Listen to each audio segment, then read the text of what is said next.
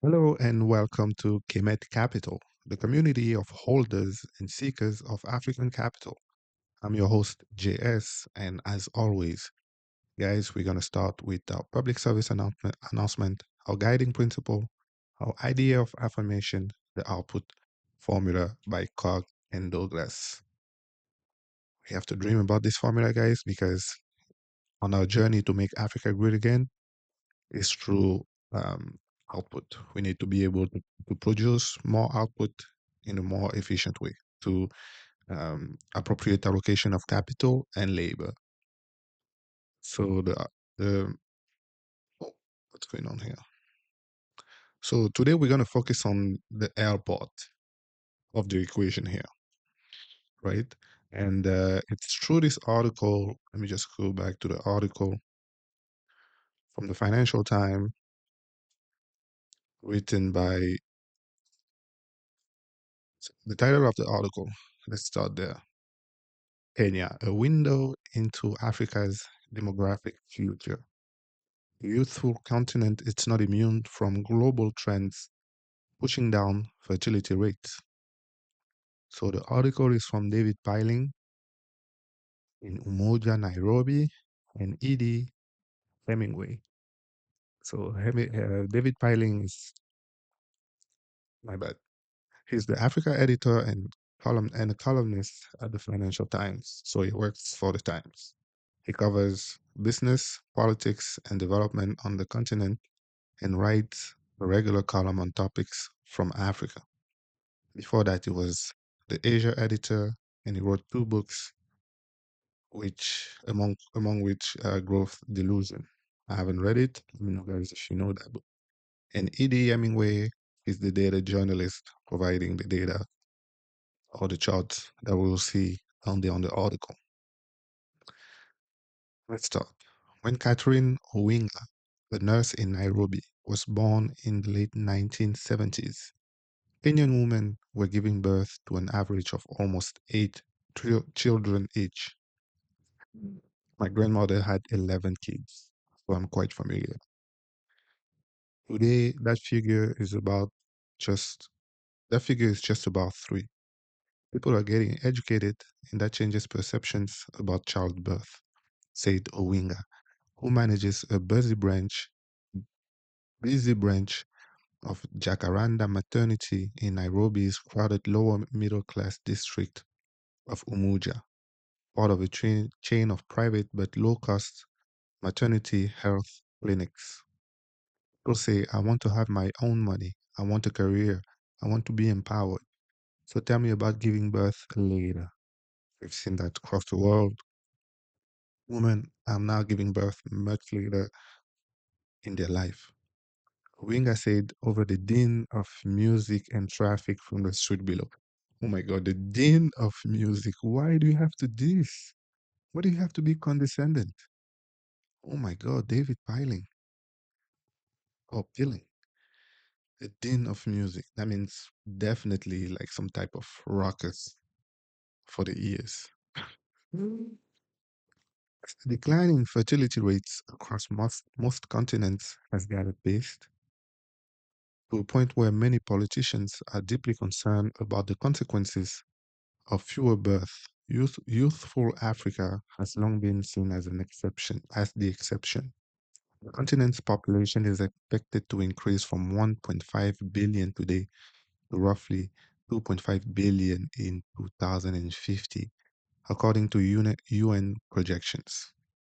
Okay, let's take a step back a little bit here in order for us to understand why it's such a big deal, right?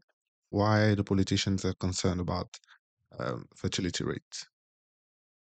So let's put the context first. So this is the latest available data for some of those countries that are picked. So you have South Korea. Actually, South Korea, for the first time in 9 years, it had an increase in fertility rate. So this data might be stale, but still, I don't think they're above one. So you have that's per children per woman. So you have South Korea, Japan, Germany, Brazil, USA, India, and Nigeria. So looking at the graph roughly, we can see that, you know, and interesting actually, because you have Nigeria here with a lot of kids, but the growth is not, it's not that much. Meanwhile, India has less. Oh my God. India has makes, I mean, I don't want to say make like it's their class, but women in India have less children, but the growth is higher. So this is GDP growth. And to understand actually how it's impacted, it's because of the population growth had an effect, has an effect on the aggregate hours growth. You know, the number of hours that the population work per day increases if you have more population, right? It makes sense. So you have the population growth here. Let me just circle these again. The aggregate hours work. So from there, we can definitely, I mean, not definitely, but it's intuitive, right? You have more hours, you're supposed to produce more. But it's not actually the case. What matters, guys, is the labor productivity. This guy here. Sure, you need more hours, but those hours have to be more productive for the real GDP. And the difference between the regular GDP and the real GDP, this GDP, um, is adjusted for inflation. Excuse me. So the real GDP is adjusted for inflation. So if you look at this at an example with real numbers, so you have the real GDP, it equals the aggregate hours. So the more people you have, the more hours you have. But what matters is the labor productivity. And let me tell you, let me show you why. So this is kind of the formula here we arrange. So you have the labor productivity, it's the real GDP. So GDP adjusted for inflation and the aggregate hours. So in terms of numbers, so if you have a real GDP of 8 billion and 200 billion hours, aggregate hours, so you have $40 per hour.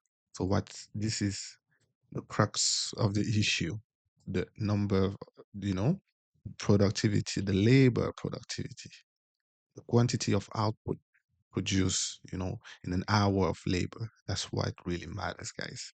You want to go from those $40 an hour to maybe, I don't know, $80 an hour, right? So that's the issue. That's the challenge for all of us here, the labor productivity. And in this community, that's what we're trying to educate as much as we can and to build that community, to build that guild, right? For us to be more productive, for our labor to be more productive. All right, let's go back to the article.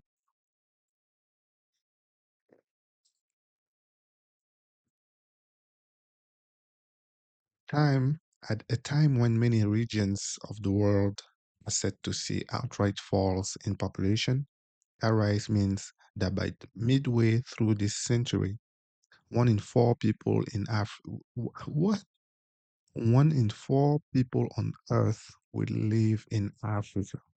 Wow, that's huge, guys. 25% of the human population will be Africans. That compares to 1 in 11 at the time when most African states were getting independence in the 1960s. So we went from 1 in 11 to 1 in 4 in 100 years. 9 years, basically. Wow, it's huge. Huge, huge, huge. So you have a graph here that Edie made. Edie Hemingway is the data analyst. Yes, across Africa, particularly in cities such as Nairobi, more women are sounding like their contemporaries in other parts of the world when they talk about childbearing. The continent is now mirroring global falls in birth rates, albeit from much higher levels. Of course, if you go from like 8 children per woman to even like four, three, it's still a huge drop, right? But you're not compared to like South Korea, who is at less than one. Often the trend sets in as a nation's economic prospects, particularly those of women, improve. Higher income is one factor that encourages people to have fewer children, which in turn raises the ability to save and invest in things such as education. So that makes sense. So far, that makes sense. Africa is one of the biggest, if not the biggest, moving parts in these huge global shifts in demography, said Edward Pace, author of Youthquake, a book on African demographics. My real drive is to get people both inside and outside of the continent to start thinking about how this may impact everything in the world from geopolitics, fashion, poverty rates, and availability of resources, he said. And guys, we can already see that even in a cultural point of view, we see Afrobeats, we see Amapiano taking over the world. So it's bound to continue with fashion, with movies. The cultural revolution will come from Africa for sure, but we need also the economic revolution. You know, Partly as a result of trends in Africa, the global population will rise until the mid 2080s, when it will peak at 10.3 billion, according to the UN's latest median projection. Across Africa, the average fertility rate is 4.1 births per woman, the rate at which the population doubles every 17 years. This is far higher than the replacement rate of 2.1 at which a population begins to stabilize.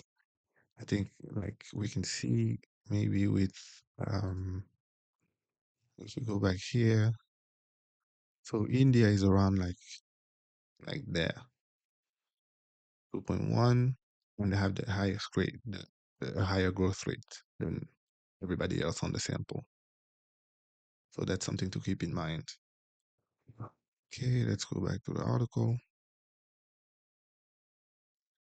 However, according to the UN's leading, no, we were here. Yes, actually. However, according to the UN's latest median prediction, Africa's fertility rate will fall to 3.8 by 2030 and roughly 2.7 by 2050. The speed at which it will fall will determine, according to demographers and economists, families' ability to save and invest in their children. Individual decisions that shape countries' growth prospects. Okay. From there, guys, I wanted to show you this little graph. Hold on, let's move back first here. This one here. So this is the simple macroeconomic flows of resources and capital, right? So the article is talking about individual decisions. So those are the households. Oh, no, let's go back to the circles. Yeah, I'm struggling with the circles, but anyway. So the household. How does it work? So, as a household, you get disposable income either from transfer from the government and um, like your workout income, your labor income. Transfer in Africa, I don't know if any country in Africa where the government will actually pay transfers. Very rare because we don't have like the basic social, you know, system of governance even to like list the entire population. We're struggling with that. Anyway, it's beside the point. So you have the household here. The article is saying the less children you have, the more you can actually save, which kind of makes sense. If you don't have dependent, you have your money. What do you do? If you don't consume, you save. And this also applies to the time, you know, because as a household, the more children that you have, the less time you have to invest maybe in, oh, let me go back.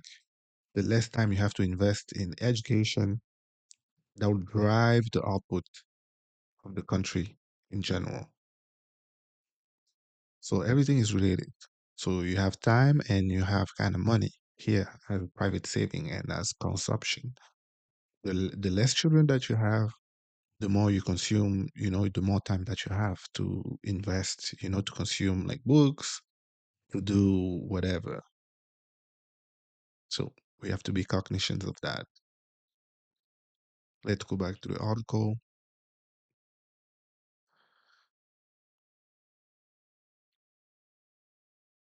Okay. So this is the graph from ED. Countries in Africa follow global trend of declining fertility rates. The projected drop is a quicker one than took place historically in Europe, where it took some countries a century for fertility rates to halve from 5 children per woman. But it will be slower than many Asian nations, such as Vietnam, where the same demographic transition took place in less than 2 decades. So the European countries, some took centuries. Vietnam, it took 2 decades to go from 5 to 2. Wow. I wonder what happened. In most African countries, the fertility transition is happening more gradually, said Peichi. I don't know how to pronounce it. Is it Pace or Peichi? Anyway, fertility transition in Africa is slower than and starting later than in Asia and in Latin America. Also because maybe data wasn't recorded at this time here. This is before the independence, so kind of makes sense. So they're saying it took a long time for European to go from 5 to 2. It will take us less than a century as African. This is Kenya. Wow, look at Asia. Wow, look at this country. I wonder which one it is. Wow. Took them like what, 30 years less? Oof, that's rough. But is it? Kenya's fertility rate of 3.2 means its population is closer to flattening off than those of many African countries. Even so, the number of Kenyans will keep rising for decades to come. It is expected to peak in the 2090s at just above 100 million people, up from a current 55 million. Wow, 100 million Kenyans. Bintu Zahara Sakor, a demographer and visiting scholar at Harvard, worries that Africa's relatively slow transition means it will miss out on Asian-style demographic dividend that economists credit as a big factor behind economic takeoff. Demographic dividend behind takeoff, a period in which countries achieve a burst in transformative growth. Okay, once again, guys, we're gonna stop here for a minute and discuss a little bit about that demographic dividend that they're lauding right now. So what is it? This is a simple graph of the economic demographic dividend, and it's actually if a simple definition would be a boost in economic growth that occurs when a country, when the age of the population, the working population, so people from 15 to 64, when that cohort is larger than the dependent population, and the dependent population is children or and elderlies, right? So you have a decline in fertility.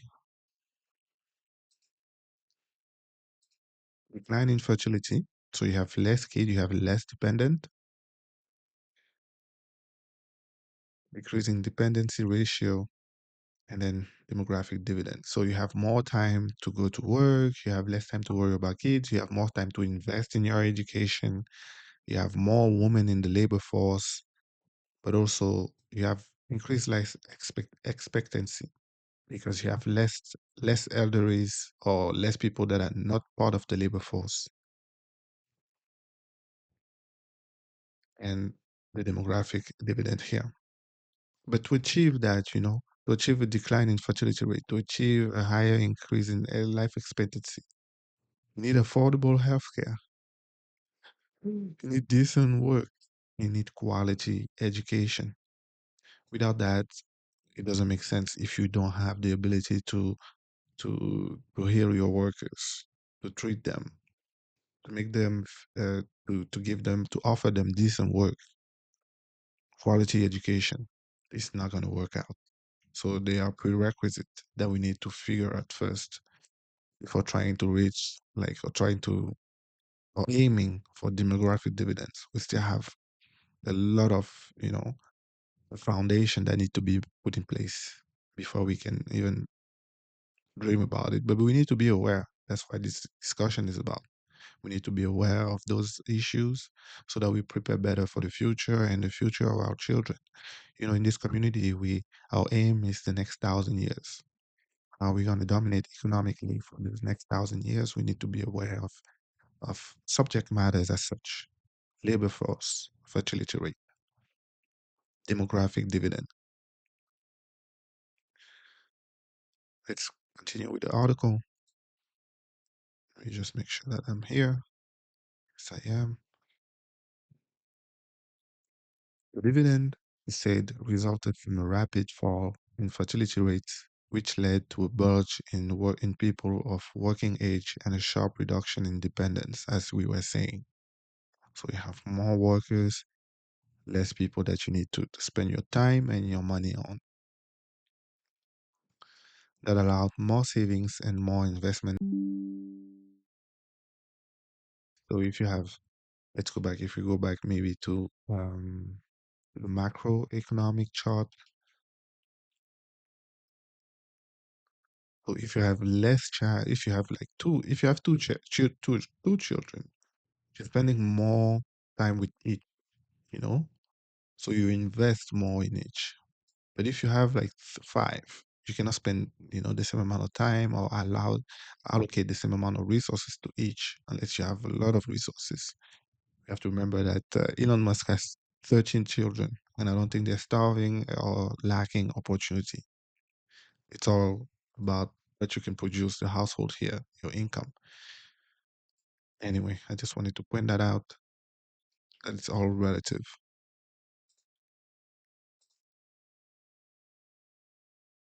There are more savings and more investment in each child, Seiko said. But she added, even in the case of Kenya, you still won't get this place to the place which leads to the sort of demographic dividend that the Asian tigers experienced. I don't know if the Asian tigers are a good example when we talk about dividend. Those guys are struggling to renew their population. They make less than one child per woman. That's not even the replacement level. So I don't know what you mean here. Are you just trying to say stuff that we need growth, by any mean at any cost? We can learn from other people's mistake and not trying to do the same instead of copying. The issue with us, everybody wants us to copy their model. Our model is not the same. It's the cost of raising a child in Africa is different than in Europe because there are cultural differences. In Africa, the child is a child of a community, of a village. Even in neighborhoods, I remember growing up, my my friends, friends from the neighborhood, their mom had the same authority as mine. The mess up in front of my friend's mom, even if I was outside of the neighborhood. It was a mother figure to me.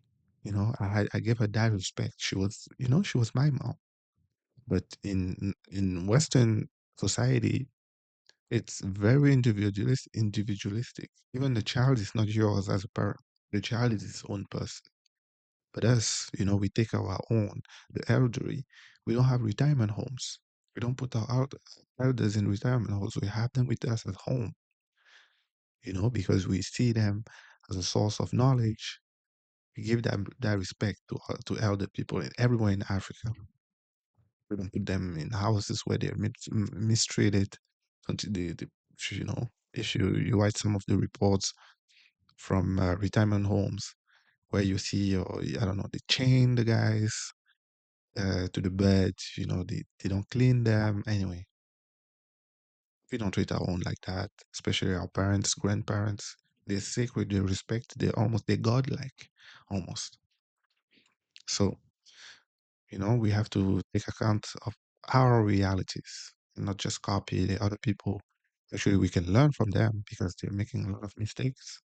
Like China right now is struggling with women because the one child policy meant that as a farmer, if you have one child, you rather have a boy that will help you in the farm. But 20 years later, that boy cannot find a woman to marry. So you have to kidnap women from neighboring countries. You guys can look it up. Child kidnapping, it's very common in in China because some of those demographic errors that people made in the past. All I'm saying, we can learn from them. It's not laughable. I'm not laughing about it, but it's just for us to be aware and make better decision for our continent.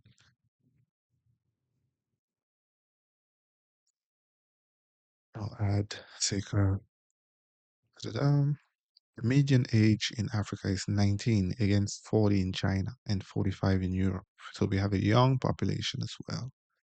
Still, the factors suppressing birth rates in parts of Africa are the same as those worldwide. As people move to cities where roughly 45% of Africans now live, children become an expense rather than a potential source of labor. True, but not to the extent that you guys have in Western society with daycare, everything. It's way more expensive. A nanny in most countries, a nanny, first of all, it's either a family member, like a cousin or older siblings that do the job of nannies. So the cost of raising a child in Africa is definitely not the same, in my opinion. Let me know, guys, what you think in the comments. As small babies survive their fifth birthday, child mortality rates child mortality rate has plummeted from 1 in 5 in 1980s to 1 in 25 today. Women adapt by having fewer babies. Of course, if you're not concerned that your babies are going to die, you don't have to make a lot of them. I don't know, I sound kind of crude, but my bad, guys. It's capital. Capital doesn't have heart or it's cold. Cold hard facts. In poorer African country, where decline in fertility has been slower than in Kenya, the population is expected to rise even more rapidly. In neighboring Tanzania, where the fertility rate is 4.5, the population is forecast to increase to 228 million. 128 million Tanzanian? Wow, up from 70 million today. Wow, they're already 70 million in Tanzania. I didn't know that. Job Tanzania. I like me some Fioko people. I like me when people Fioko themselves. You go from 70 to 128. That means a lot of Fioko. Good job. And just 10 million when the country became independent. Unbelievable. What? What's going on in Tanzania, guys? They go from 10 million to 70 million. Oh my God. What? Tanzania. What's going on over there? What do you have put in your water? You need to stop, man. In the over 90 years to 2050, the population of Niger, which has the world's highest fertility rate at 6.6, bruh, is expected to have risen from 3.4 million to about 50 million, an almost 15-fold expansion. Fioko, fioko, lots of fioko, fioko. By contrast, the population of Thailand will have increased by 2.4 times over that period. But also, we have to also account for the lifestyles that the Western society is promoting. It's better to have a dog. It's more fashionable to have a dog than children. Some people by the lifestyle they choose not to have children. What can we do about it? Some commentators in Africa, including politicians who rarely talk about rising populations in negative terms, reject the idea that high fertility rates are a problem. John Magufuli, the late Tanzania Tanzanian president urged women to throw their contraceptive away and say the bigger population will strengthen the country. As we've seen, it's not actually the bigger the population; it's the labor productivity. Are you making $40 an hour, or are you making $100 an hour? It's about labor productivity. I'm sorry, sir. It's not about aggregate hours. We've already said that. I've seen that. I traveled to Europe and elsewhere, and I've seen the harmful effects of birth control, which is true, man. Which is true, guys. We have to be cognizant. As I said, we need to learn from other people's mistakes. Supporters of a big population often cite supposed cultural reasons for a preference for large African families. They also point out correctly that much of Africa is still sparsely populated, which is true. There's still room. The continent is bigger than what we see on maps. And they have to shorten it, as they say, because to make it flatter, it looks, it's disproportionate if we make it true to size. But our continent is bigger than the whole Occidental Europe. You can add the United States. There's a photo where they imbric countries into the continent, and we can house people. That's not an issue. Space is not an issue. Although we have to think about biodiversity, we're not the only one. We're not the only creatures enjoying this uh, paradise that we call Earth. Supporters of a big population. Tika said support for bigger families reflected patriarchal views. The high birth rate puts all the strain on women. It limits women's potential to access education, to enter the workforce, and to contribute to the economy. I mean, there's no argument there. There's no argument there. I've seen the toil that the child can put on women. So if you have like four or five, I mean, it definitely limits your opportunity to grow. It limits your opportunity to learn new skills. So that's kind of true. It's a patriarchal view. It doesn't concern. It doesn't take into consideration the point of view of women, because taking care of a baby, being pregnant, that's a lot of pressure. I recognize that it's a lot of pressure. Charlie Robertson, head of macro policy at FIM Partners, said the argument for bigger families mask basic truth. Countries with high birth rates were poor, he said, though it can be though it can be hard to disentangle cause and effect. He added no nation with a fertility rate much above 3 had, escaped poverty. Charlie Robertson, a very imperialist type of viewpoint, because when you guys had the baby boom after World War II, you didn't say this baby boom actually helped a lot of Western nations. After all the men die at war, they didn't say, oh, now we have a stable population, let's just continue that way. They had a baby boom. It was encouraged for people. People were encouraged to have more children. So I don't know what you say, Charlie. It feels like you just want to diss us. As always, we take it. We're poor, we understand. Some funds, some fund managers think a demographic dividend is, is lots of young people. I say it's lots of young people who will be poor. Oh my God, this guy. That's true, guys. I mean, it hurts, but those are facts. We need to go from $40 an hour to $100 an hour. So we need labor productivity. We need to be more productive with each hour of labor. Banking system can expand significantly when fertility rate drops below 3. What do you mean? Today we have technology. We don't even need bank branches. We can have everything on our phone. We just need data centers. What do you mean? That has nothing to do with that. I'm sorry. Fertility rate. I'm sorry. Robertson, whose book Time Traveling Economist analyzes the condition of economic takeoff, has plotted fertility rates against bank savings. No, that's not doesn't make sense. This is a confirmation bias that you're just looking for information to looking for data that will confirm your point of view. I don't agree with that. Savings in countries where family care for many dependents rarely climb above 30% of GDP, he said, and only reach a healthier 60% when women start having fewer than 3 children. I mean, if that's what the data says, that's what the data says. But again, we just have to be more productive, guys. Elon Musk has 13 children. Just saying that out.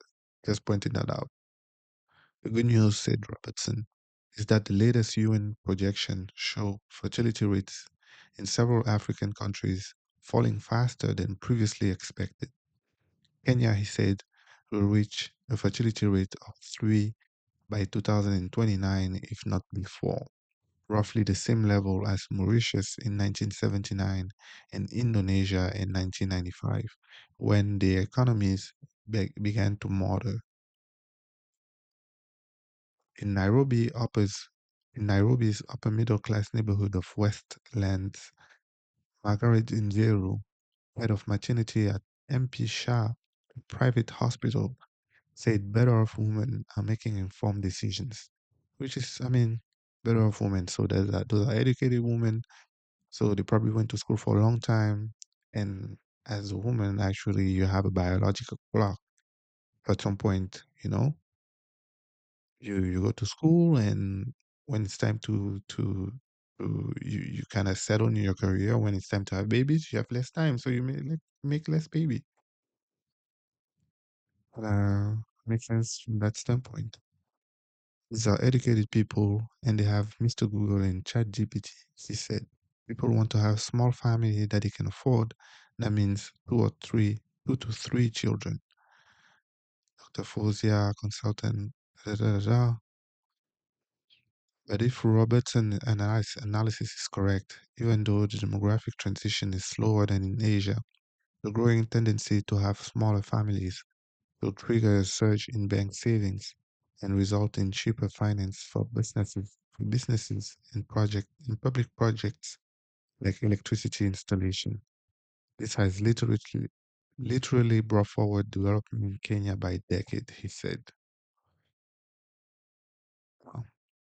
Hey guys, let me know what you think in the comment.